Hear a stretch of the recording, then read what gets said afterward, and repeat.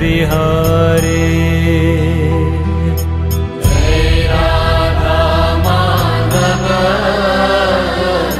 जय कुंज बिहारी जय गोपी जन वल्लभ जय गिरिवरधारी जय गोपी जन वल्लभ जय गिरिवरधारी जय राधा माधव जय Kunj Bihari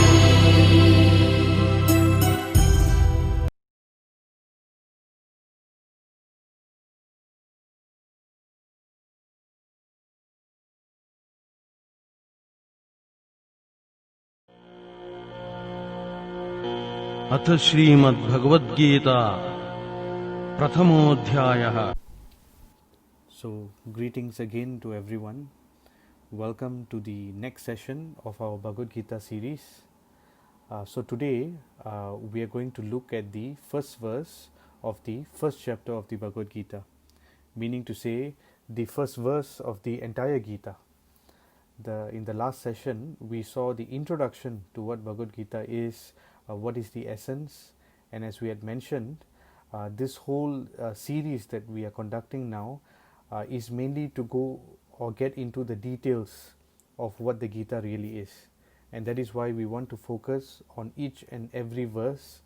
We also want to take you through the Sanskrit, how it's chanted, and we also want to take you through the word to word equivalence on what each and every word actually means. And then we'll go through the translation on what the verse means, and we will also be looking at some of the insights to the verse in way of reading some parts of the commentary. So in this way you would actually get a complete picture of each verse, and you would also eventually get a complete picture of the entire Gita and the practical and essential applications and lessons that we may take away from this.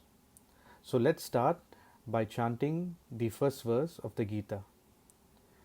Dhritarashtra uvacha dharmakshetre kurukshetre samaveta yuyutsavaha mamaka pandavaschaiva kim akurvata sanjaya. So the synonyms: Dhritarashtra uvacha, King Dhritarashtra said, Dharmakshetre, in the place of pilgrimage, Kurukshetre, in the place named Kurukshetra, Samavetaha, assembled, Yuyutsavaha, desiring to fight, Mamakaha, my party, sons, Pandavaha, the sons of Pandu, Cha, and Eva, certainly, Kim, what? Akurvata, did they do? Sanjaya, O Sanjaya. Translation: Dhritarashtra said, O Sanjaya, after my sons and the sons of Pandu assembled in the place of pilgrimage at Kurukshetra, desiring to fight, what did they do? So this is what we had discussed last week, that the first chapter of the Bhagavad Gita would essentially set the scene for us. The whole Bhagavad Gita, of course, is a conversation between Krishna and Arjuna. But we should also understand that this whole Bhagavad Gita starts with Sanjaya briefing Dhritarashtra on what is happening in Kurukshetra. So Dhritarashtra, as some of us would know, was the king, and he was actually blind. So he could essentially not see what was happening around him. But he always had Sanjaya as his guardian, as his friend. And Sanjaya had this special boon that he had received, that he could actually have special vision to see things like past, present and future. And he could also see what was happening in another place that was not close to him. So with that, Sanjaya was ready to brief Dhritarashtra about what was happening in Kurukshetra. So, what essentially was happening in Kurukshetra was the Pandavas, who were the sons of Pandu, and Pandu was actually the brother of Dhritarashtra, and the Kauravas, who were the sons of Dhritarashtra himself. So, Dhritarashtra wanted to know what exactly was happening in this fight.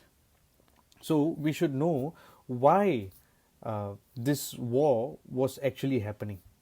So, this verse itself, the first verse, we may wonder, what this verse is about. He's just simply asking Sanjaya what is happening in Kurukshetra.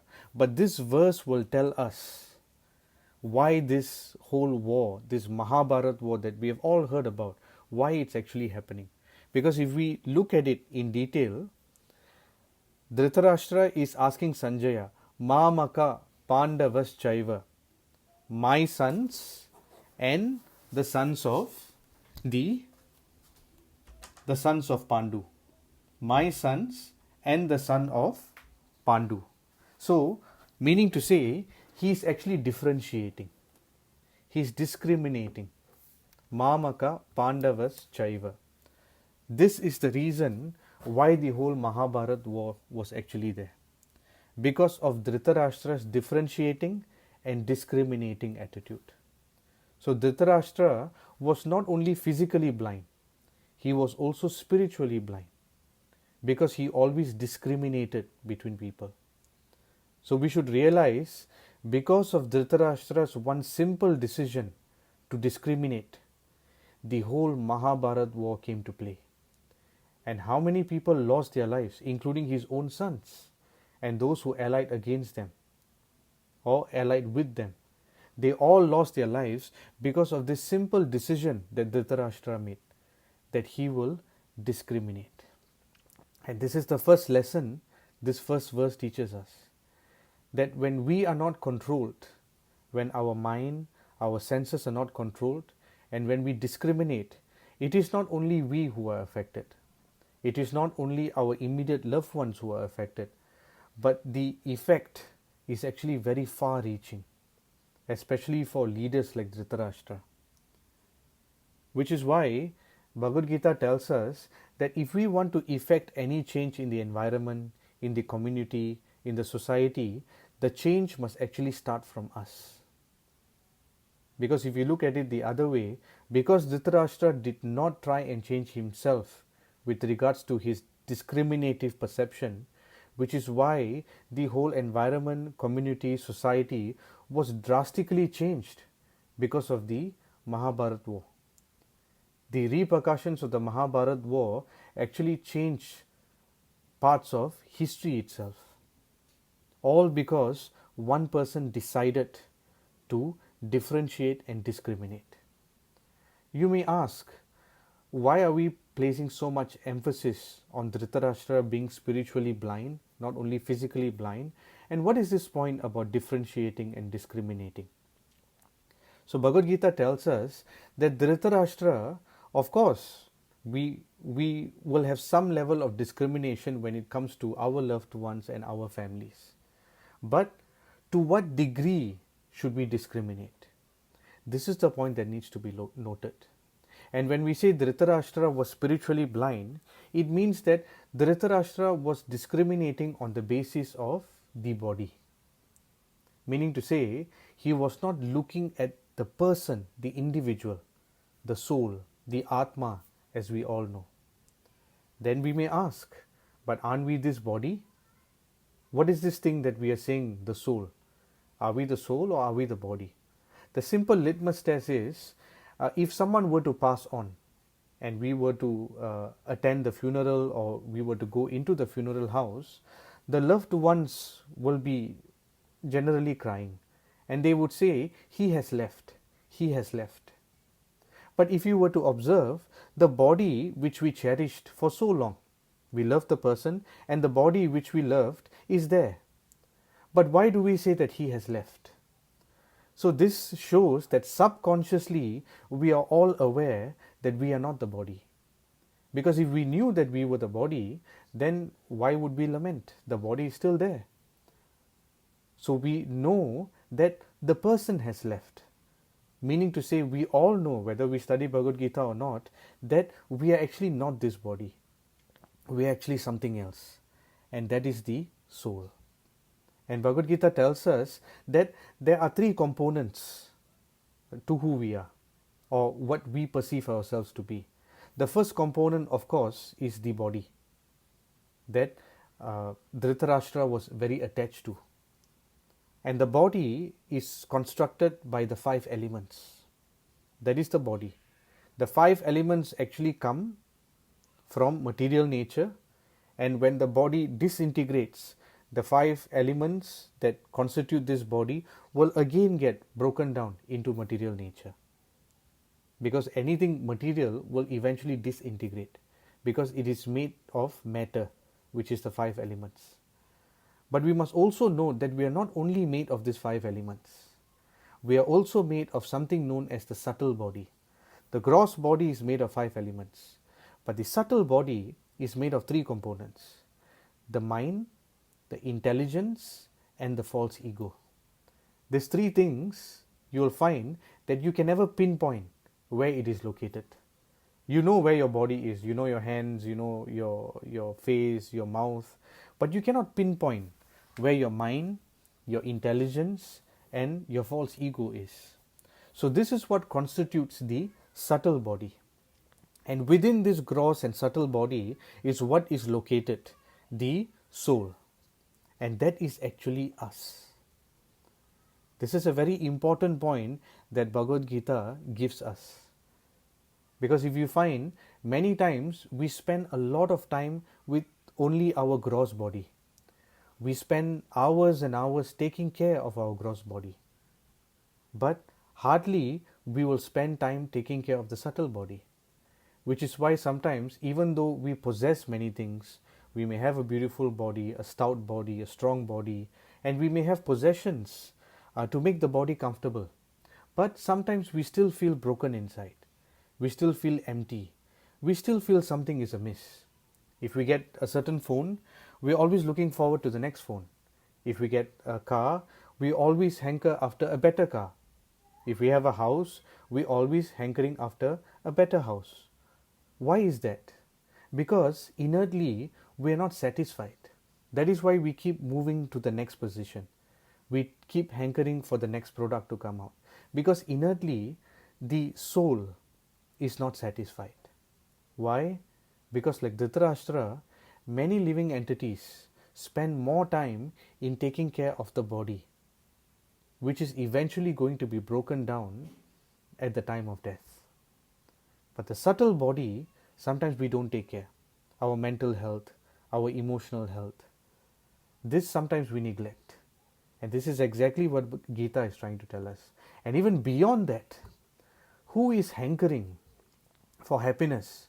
It's not really the body or the subtle body. It is actually the soul. The soul's constitutional position is to actually seek out for pleasure. That is our inert nature. And that is why we are always seeking out for happiness in one way or another. But because we are trying to only satisfy the gross and the subtle body, the soul keeps calling out, I want to be happy, I want to be happy, I want to be happy. But because we do not give attention to the soul, which is why we are not able to satisfy our different desires. So this is a very key point that we will actually have to understand. Which is why sometimes, even despite having everything, sometimes we still feel empty. The example is given of a plant. If we were to go to a plant and we are trying to grow the plant or nourish the plant, if we keep watering the leaves, the plant would never grow. The plant may wither and die because we are only watering the leaves. But if we water the root, then the plant gets nourished, the plant starts growing. This is the point. If we are hungry, we cannot hold the food just in our palms. We have to eat it. We have to put it in the mouth so that it enters the stomach. But if we put the food in our palms or on our palms and we wonder why our hunger is not getting satisfied, that is not very intelligent. So the same way, if we keep trying to only satisfy the body And if we're not giving attention to the soul, what happens is we always remain dissatisfied, which is what Dhritarashtra was feeling. He had everything around him, but still he was disturbed. Who was going to win the war? Are my sons going to win? So in this way, he was always dissatisfied. So that is why, like Dhritarashtra, while seeing, still he was not seeing, because he was blind. He was only looking at the outward covering. That means to say, when someone wears a cloth, we may look at their shirt or t-shirt and say, oh, he's maybe wearing a Calvin Klein shirt. He's wearing an Armani shirt. So we may give him some respect. But what about a person who does not have the capacity to own a shirt? Would we look down on them? So same way, what is it that we're giving importance to? The shirt is a representation of the body. The body is the cloth that is covering our soul. So what is it that we try and give more importance to? The person who is the soul, or the person, the object that is covering the person? Do we respect the person based on their individuality, or do we respect the person based on the cloth or brand of cloth that they are wearing? So this is the point where it starts of differentiating and discriminating.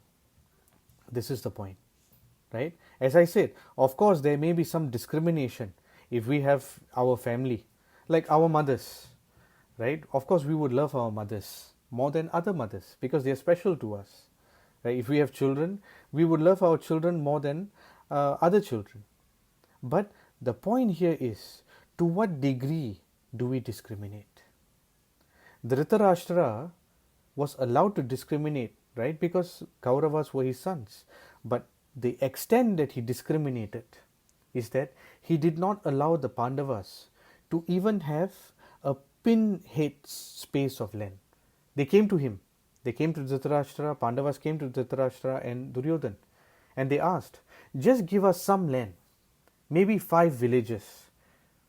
This whole earth was ruled by our father. But since now you are claiming that you are the ruler, it's fine, you keep it. But give us just 5 villages. And Duryodhan mentioned that I will not give you a pinhead space of land. So you see, when we discriminate, what is the degree we are discriminating? This is the point. Dhritarashtra was willing to sacrifice others for his son's victory. This is the point of degree of discrimination. So discrimination can be there, but it should be based on our duties, not on our sense gratification. If we have a duty to someone, yes, we can discriminate that I have to look after my parents, right? I have to take care of my own garden. I can't tell everyone to look after their families if I don't look after my family, because who's going to look after them? So that is based on duty. We have to discriminate, we have to look after them. But if we only focus on our family at the expense of others, then that is the point where the degree of discrimination expands. So this is how Dhritarashtra was unnecessarily discriminating. For an example, we take a train ride. We are in the train, we are standing in a certain space. Someone hits us because the train is packed. Sometimes we may get flustered, we may get irritated. And if you look at it, what is actually happening is, in that 5-10 minutes we were in the train, our mind has decided that this space is now mine. No one should enter this space. But if we look at it, that space was never ours. The train doesn't belong to us. But we discriminate. This is my space. This is not your space. Sometimes when we eat, if let's say some ends comes on our rice, subconsciously we flick the ends away. Why? Because subconsciously we are convinced that this rice only belongs to me. Who is this ant who is coming to partake of this food? So again, we discriminate. Of course, we are talking about very ideal concepts, but if we think deeper, isn't this what is running through our subconscious minds? In our house, sometimes we have insects visiting us. We have cockroaches, we have lizards, And the first thing that comes to our mind is we need to get rid of the insect. We need to kill it. Why? It's because we subconsciously think that this house belongs to only me. But if we truly look at how we have formed our habitats, even in a place like Singapore, we have actually formed all our habitats or our houses actually in land which actually belong to these animals. We built our houses on their land because they were natural inhabitants. But now after we have built this house, we discriminate. This is just an insect. I am a human being. This house belongs to me. So in this way, when we discriminate, we tend to hurt other living entities because the degree of a discrimination has no boundaries. This is the point. So actually in this world, there is enough for everyone's needs. This point we must note. There is actually enough for everyone's needs, whether we are human, whether we are animals. But there is not enough for one man's greed. This point we must note. There is actually sufficient for everyone's needs, but this world is not sufficient for even one man's greed. This is the point. And this discrimination, as we are talking about, we are not only talking Gita's point on discrimination is not only between man to man. Because if you see, even animals have soul. If we are trying to form United Nations, where all human beings, all living entities must be peaceful, but if we exclude the animals, then it cannot be technically called United Nations. Because why? We are trying to unite all living entities. And when we are talking about uniting all living entities, the other living entities who are not human beings should also be included. Because when we say living entities, we have now come to understand it is not simply the covering that I am a human, I am black, I am white, I am brown. It's not that, that's just the cloth. Or I have a body of a porcupine or a tiger or a lion. It is the soul that is actually us. So when we look at it individual, beyond the gross covering of the gross and the subtle body, then we truly understand who we really are. This is the first point that we need to understand from this verse. Mamaka Pandavas Chaiva. That Dhritarashtra was discriminating. And when we discriminate, this is the kind of destruction that is actually caused. The next point is Dharma Kshetre Kurukshetre. In the commentary, if we were to read of this verse, it is mentioned that why was Dhritarashtra asking Sanjaya, what is happening? Are my sons going to win? Why he was actually asking is because Kurukshetra was actually a holy place. The atmosphere was a very positive atmosphere. And because his sons were spiritually blind, he was worried that this spiritual atmosphere would have an effect on them. And then they would actually back down from the fight. So what Dhritarashtra is trying to tell us, that the atmosphere that we are in is of paramount importance. Because he was afraid. He knew that atmosphere may actually penetrate the hearts and mindset of his sons and they may back down. Because Kurukshetra is known as a place of positive atmosphere, spiritual atmosphere. This is the next point we need to understand. The atmosphere we are in influences our thoughts, our actions, our speech, our decisions, etc. That's why atmosphere is very important. Atmosphere essentially is made up of ether, which we cannot see with the naked eye. And this ether many times is either nourished or enriched by sound vibration. So the quality of the atmosphere will usually dictate or decide the quality of our thoughts, our speech, our actions, and eventually our culture. If you see, when there is a war in any country, one country wants to capture another country, what they would do is they would pollute the sound waves. They would hijack the radio channels, they would hijack the newspapers, and they would pollute those mediums or channels by propaganda. So as people hear, their mindsets change. The space becomes chaotic. The people become chaotic. They start believing in news that may not be true. So this is how important sound is. Because when sound pollutes the atmosphere, then what happens is our entire culture changes. Culture is nothing but thoughts. When we think about something, we will eventually do it. When we think of something, if let's say I want to go to work, the thought arises the previous night or in the morning. I have to take a bus or taxi or I have to drive to go to work. It originates in a thought. And we take, and eventually what happens is it gets translated to action. We go to work. So like that, thoughts will eventually translate to actions. And if we take a certain action and we keep performing it for certain periods of time, let's say we think of sweet, we like sweet, and we eat sweet, and we keep eating sweet over a period of time. People will come to us and say, oh, you have a habit of eating sweet, you have sweet tooth. So that is a habit if we keep performing the same action over and over again. And if you take all our habits and you put it together, that becomes our culture. This is the point to be understood. So everything starts with the thought process, which is actually influenced by sound. If I were to ask all of you now not to think of an elephant, the first thing that you would think of is an elephant. This is the power of sound. Sometimes there may be two persons.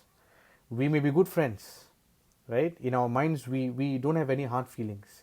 But if a third person comes into the picture and pollutes the ether with some sound and says that this person is nice, but he is actually not of good character, that sound enters into our ears and it pollutes the atmosphere in our body.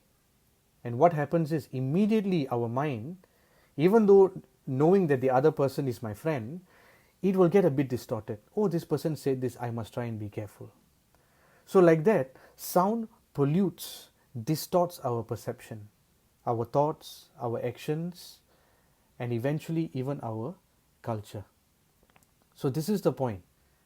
This is what that distorted Dhritarashtra. Even though Pandavas were his nephews, his own brother's sons, but because the atmosphere that he was living in was critical, was filled with gossip, that is why his mind slowly started to change.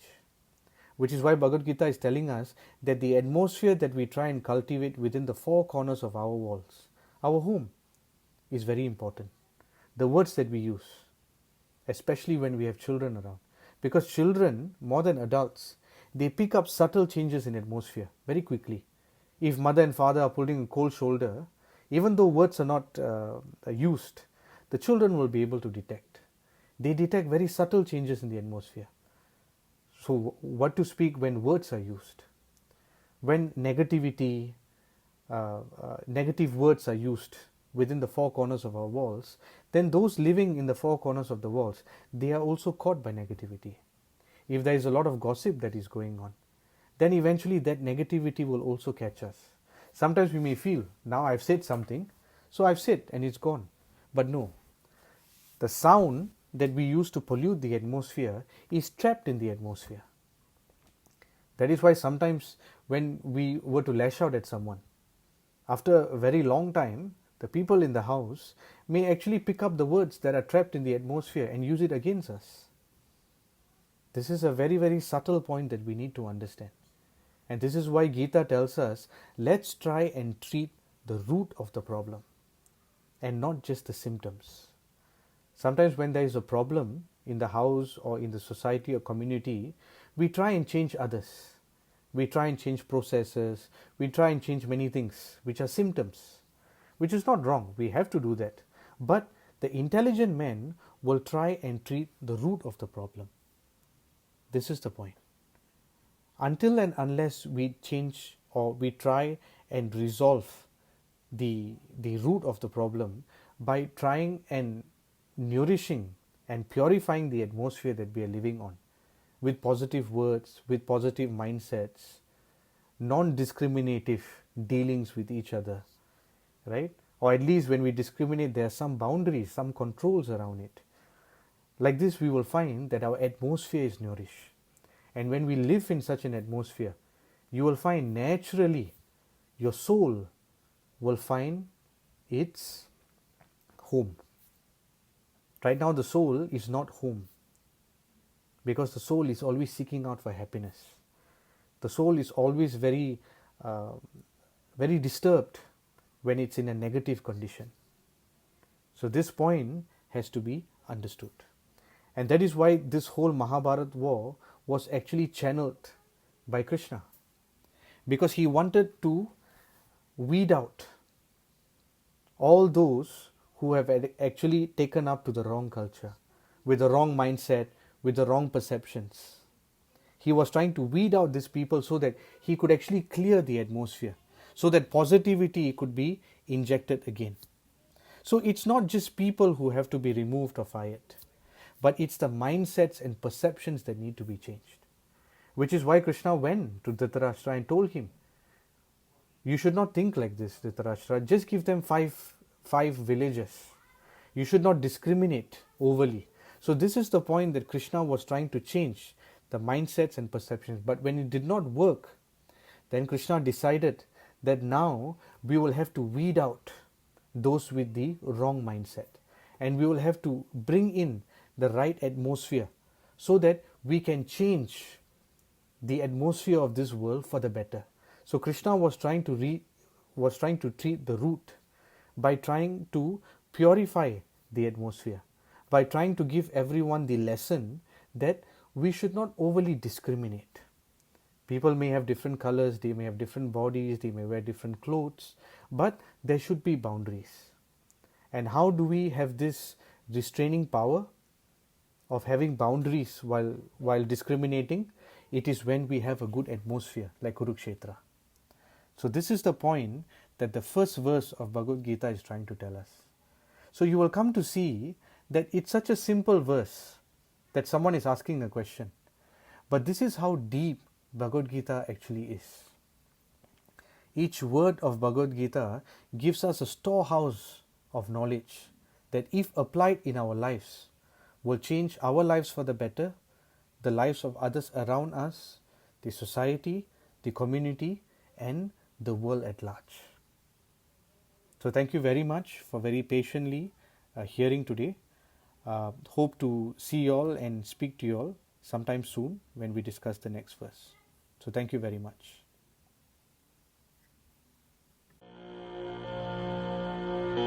अथ Shrimad Bhagavad Gita प्रथमोऽध्यायः. Your performance is getting worse. You will have fewer chances of getting promoted. If you're wondering, why is my life stagnant? Why can't I get my dream promotion achieved, even though I'm working so hard? You might be getting confused with a lot of other questions. Don't worry. Being a dream coach, Steve can help you. I understand your current situation and can help you in achieving your dream. The first step is to have a dream, and you've already succeeded there. Let me do a free assessment for you.